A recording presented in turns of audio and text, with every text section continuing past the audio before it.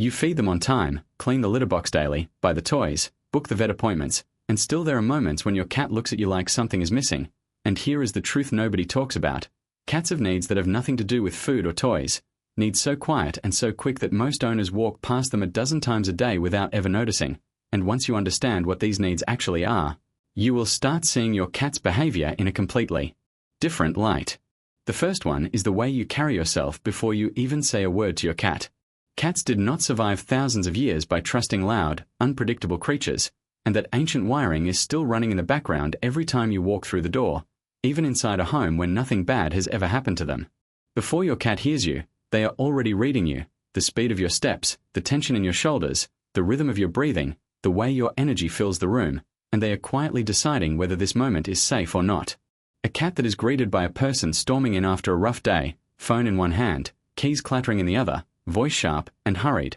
will often freeze, retreat under the bed, or simply watch from a distance, not because they don't love you, but because their nervous system is built to be cautious first and affectionate second, and it cannot tell the difference between a stressful day at work and an actual threat walking through the door. This is also why the same cat can react so differently to the same person from one day to the next, greeting you warmly on a calm evening and hiding from you the very next morning when you're rushing out the door. Try this instead. The next time you walk toward your cat, pause for 3 full seconds before you do anything else, drop your shoulders, slow your breathing, and let your hands hang loose instead of reaching out immediately or bending down too fast. That tiny pause tells your cat's brain that nothing sudden is about to happen, and cats remember which humans consistently feel safe to be around, filing that information away every single time you interact. Do this consistently for a week and you may catch your cat trotting toward the sound of your footsteps instead of ducking away from them, or waiting by the door instead of disappearing when they hear your keys. The second craving lives in a spot most owners barely touch,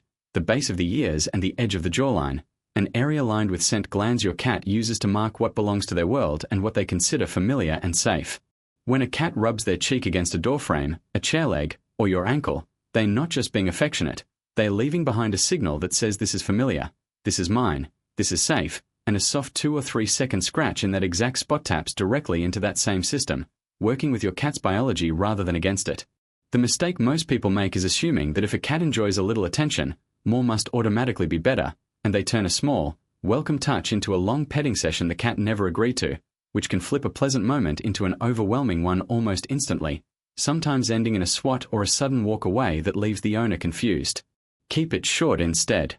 Scratch for a few seconds, pause, and let your cat decide if they want more by leaning back in or walking away, because a cat that is allowed to end the interaction on their own terms is a cat that will come back for another round tomorrow, and the next day, and the day after that. Give this a few days and watch for the small tells, a tilted head pressing into your fingers, a cat choosing the cushion closest to you instead of the far side of the room, a slow blink thrown in your direction, a soft purr that starts almost immediately. These are not random, they trust being built 3 seconds at a time, one tiny interaction stacking on top of the last. The third craving is the hardest one for most owners to give, because it means doing less instead of more, and that is simply the freedom to approach on their own schedule, without being rushed, grabbed, or overwhelmed the moment they get close. Humans show love by reaching out, hugging, picking up, and pulling close, but cats often experience love through choice and control, so when your cat finally walks over and you immediately scoop them up or smother them in pets, you are unintentionally teaching them that coming near you has a cost, and over time that can make them hesitate before approaching at all.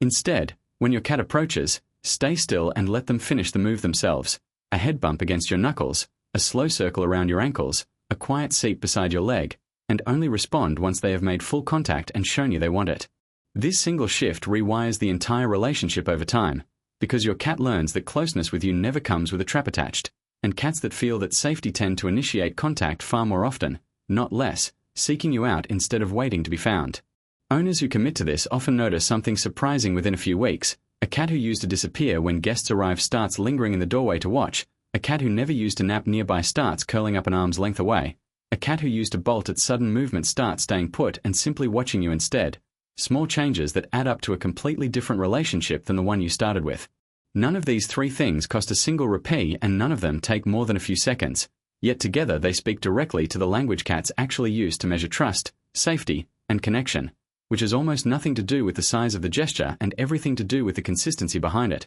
repeated calmly, day after day, without expecting anything in return.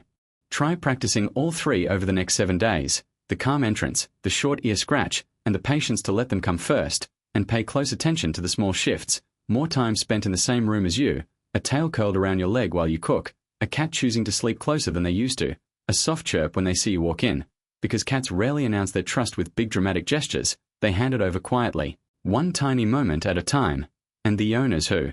slow down enough to notice those moments are the ones who end up with the closest bond of all, the kind of bond that shows up in 100 small ways every single day rather than one big obvious one. And if this video helped you understand your cat a little better, hit that like button, subscribe for more videos just like this one, and drop a comment below telling me which of these 3 things your cat responds to the most, because your cat has been trying to tell you something all along, you just needed to know where to look.